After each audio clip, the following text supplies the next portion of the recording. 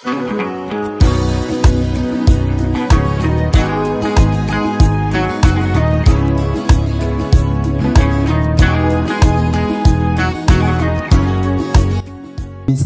የተባረከ ነው በሚል ሐሳብ ጥቂት ነገሮችን ካወራው በኋላ አብረን ወደ ጸሎት ወስዳችኋለሁ።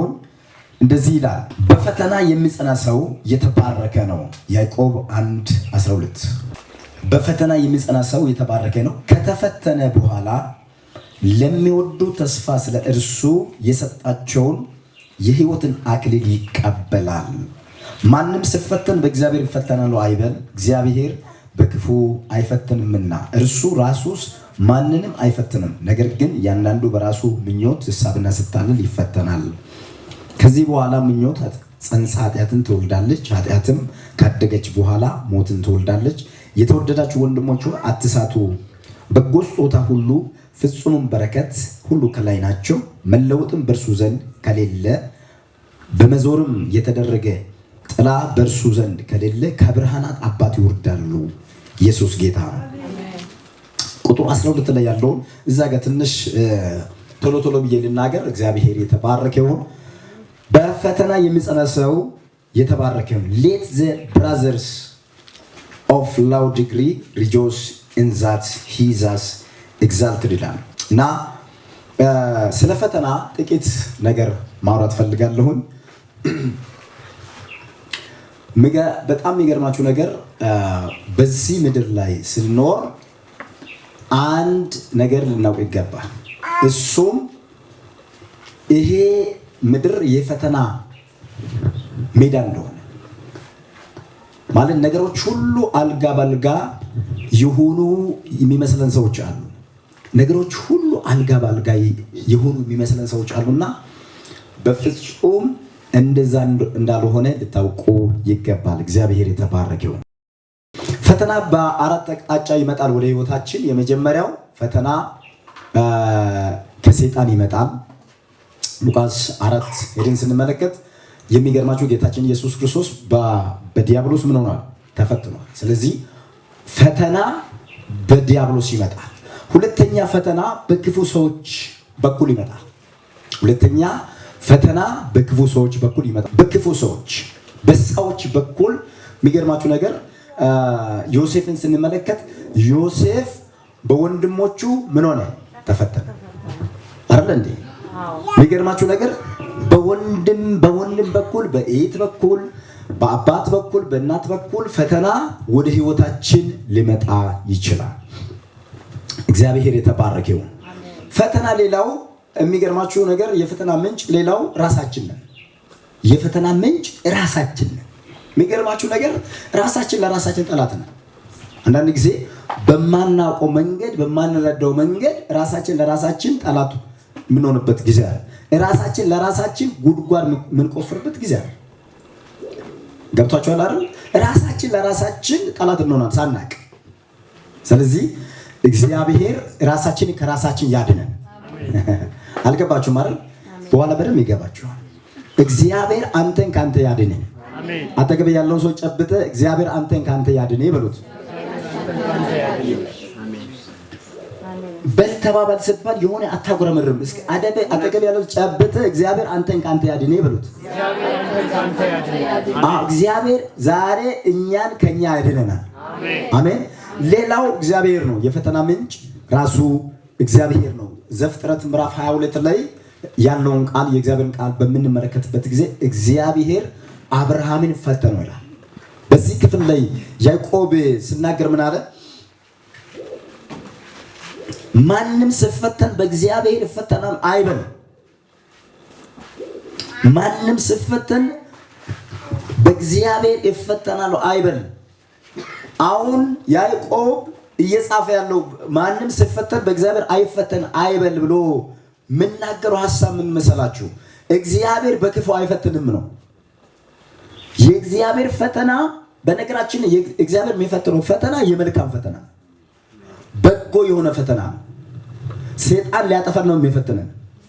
እግዚአብሔር የሚፈትነን ግን እኛን ለመልካም ወደ ተሻለ ቦታ እንድንደርስ እግዚአብሔር ምን ያደርገናል? ይፈትነናል። እግዚአብሔር የተባረከ ይሁን። አሜን። ስለዚህ እግዚአብሔር በክፉ አይፈትንምና እርሱ ራሱስ ማንንም አይፈትንም ይላል። ነገር ግን እያንዳንዱ በራሱ ምኞት ስሳብና ስታለን ምን ይሆናል? ይፈተናል። ዛሬ ስለ ፈተና ነው የምናወራው። በፈተና ውስጥ ስለ መጽናት ነው የምናወራው።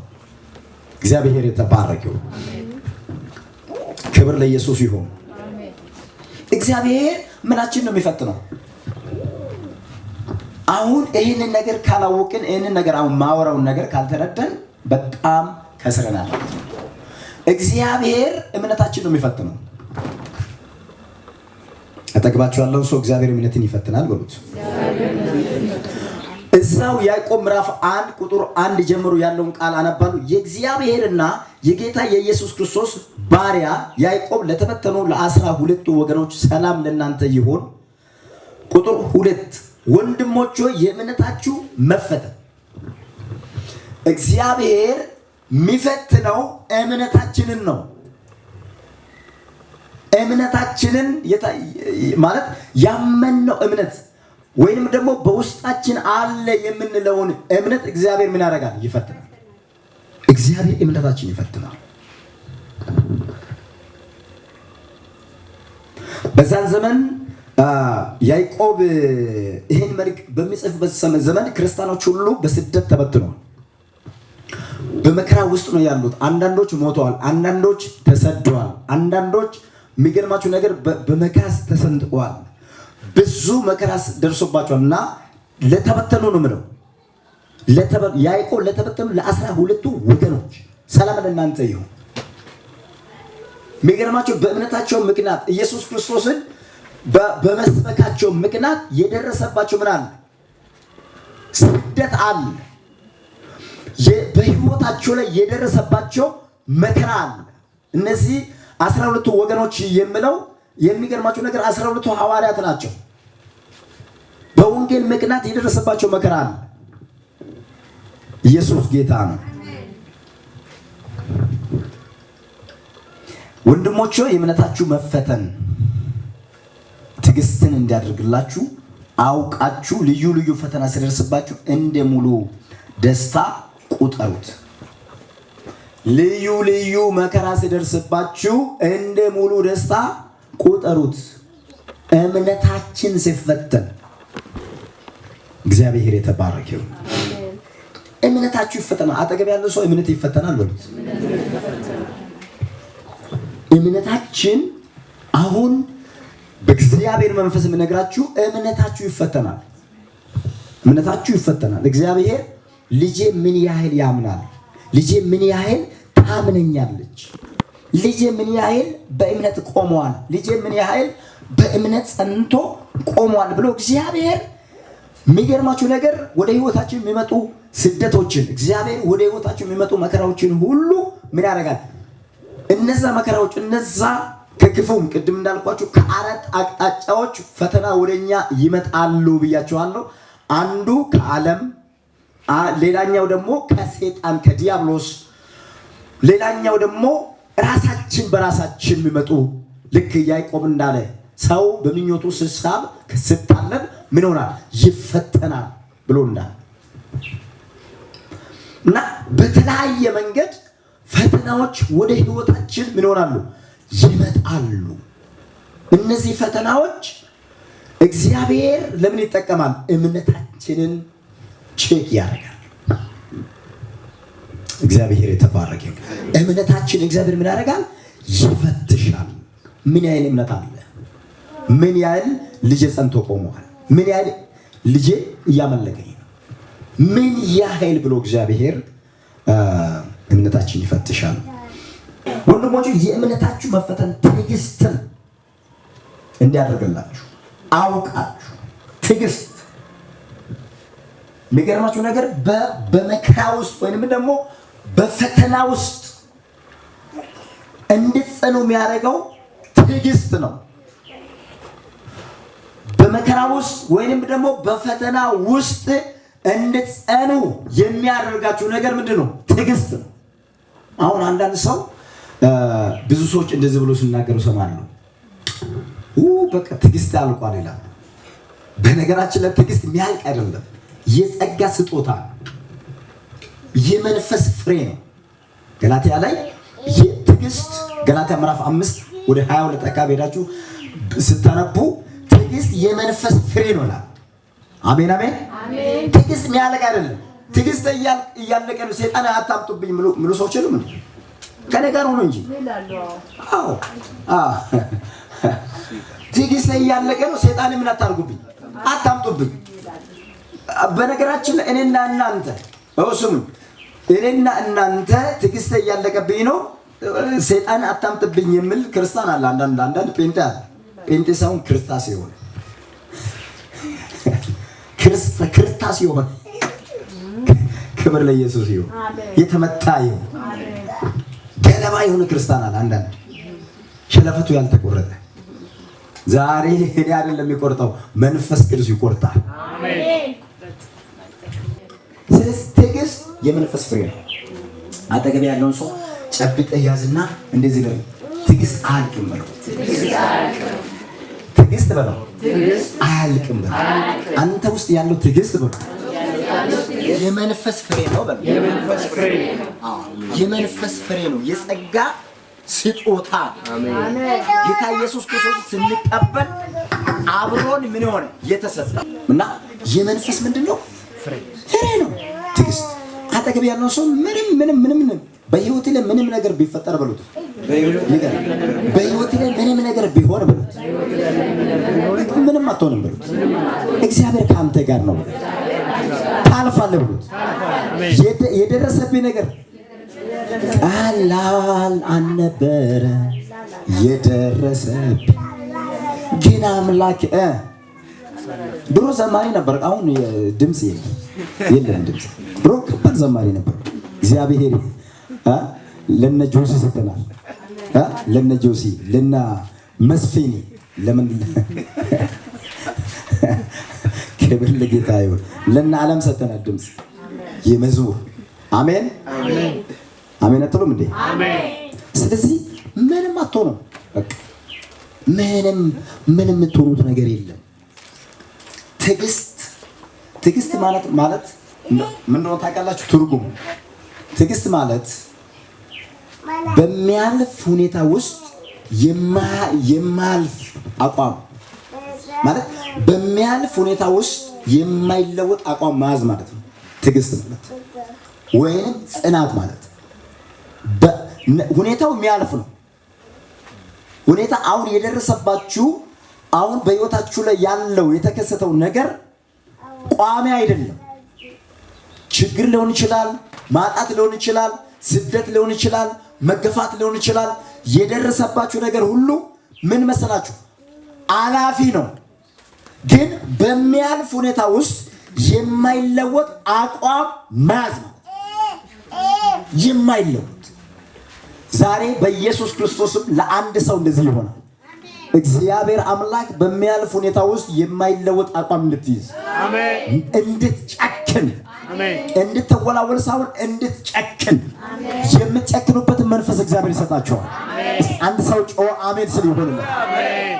የምትጨክኑበት መንፈስ በቃ በደረሰባችሁ ነገር ላይ ኖ አቋሜን አልለውጥም፣ አቋሜ ምን አላደርግም አልለውጥም። እግዚአብሔር ምናልባት በህይወቴ ላይ የሆነው ነገር በህይወቴ ላይ የተፈጠረብኝ ነገር እግዚአብሔር እንድትተው ሊያረግ የመጣ ሊሆን ይችላል። ወይንም ደግሞ ባክል ታደርግ ሊሆን ይችላል። የሆነ ነገር በህይወቴ የሆነ ከእግዚአብሔር ጋር ያለን ኢንቲሜቲ ከእግዚአብሔር ጋር ያላችሁን ህብረት እንድታላሉ ሊሆን ይችላል። ግን በውስጣችሁ ያለው የመንፈስ ፍሬ የሆነው ኢየሱስ ክርስቶስን የግል አዳኝ አድርጋችሁ በተቀበላችሁ ጊዜ እናንተ ሳታውቁት በውስጣችሁ ያለው የትዕግስት መንፈስ ምን ያደርጋል? እንድትጸኑ ያደርጋል። እንድትቆሙ ያደርጋል። አረ አሜን በል። እጅ እንዳትሰጥ በኢየሱስም ያደርጋል። ጩና አሜን በል። ኢየሱስ ጌታ፣ ኢየሱስ ጌታ። ስለዚህ ልዩ ፈተና ሲደርስባችሁ እንደ ሙሉ ደስታ ቁጠሩ ካለ እምነታችን እግዚአብሔር ይፈትሻል። ሶስት ነገሮችን ቶሎ ቶሎ ብዬ ልናገር። ሶስት ጉዳዮች። የመጀመሪያው ክብር ለኢየሱስ ይሁን። አሜን።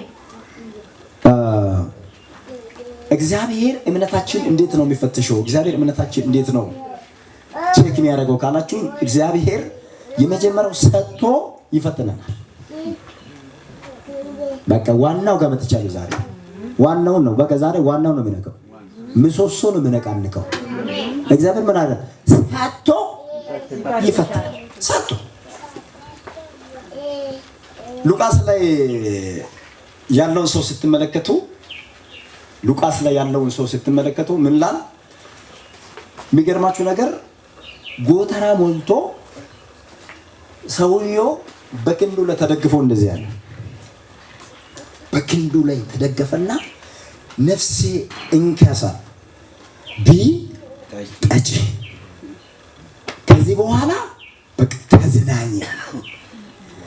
የሚገርማችሁ ነገር እግዚአብሔር ባደረገለት ነገር ላይ እግዚአብሔር በሰጠው ነገር ላይ በቃ ዘና አለ። የሰጠውን እግዚአብሔር ረሳ። ያደረገለትን እግዚአብሔር ምን አደረገ? ረሳና እንደዚያ ነፍስ እንኪያዝ ከዚህ በኋላ ጠጪ፣ በቃ አሁን ከዚህ በኋላ ምንድነው አለ? ፌሽታ ነው አለ። በቃ ተዝናኛ። እግዚአብሔር ሌሊት መጣ፣ በሩን አንኳኳ። ሌሊት በተኛበት መጣና እግዚአብሔር እንግዳውስ ይሄ ሁሉ የሰበሰብከው ለማን ይሆናል? ዛሬ ነፍሴን ካንተ ወስዳለሁ። እግዚአብሔር ሰጥቶ ይፈትናል ወገኖቼ። የዛሬ 4 ዓመት አካባቢ ወደዚህ 4 ዓመት አካባቢ ቦሌ አካባቢ አንዲት እናት አለችና ሄድኩ።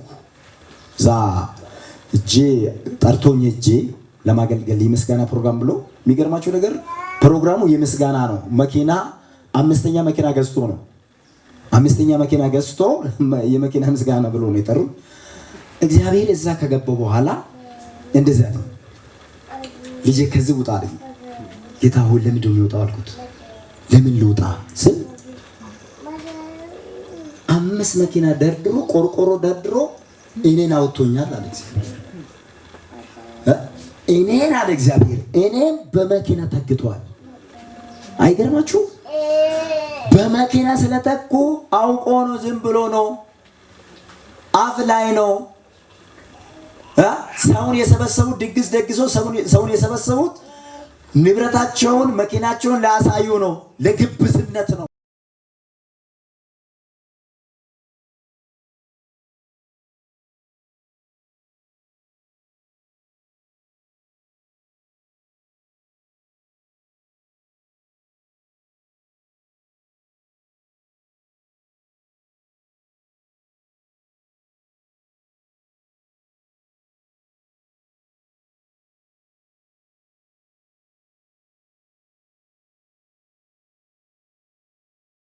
ጩና አሜን በኢየሱስ ወገኖቼ። እግዚአብሔር ሰጥቶ ይፈትናል።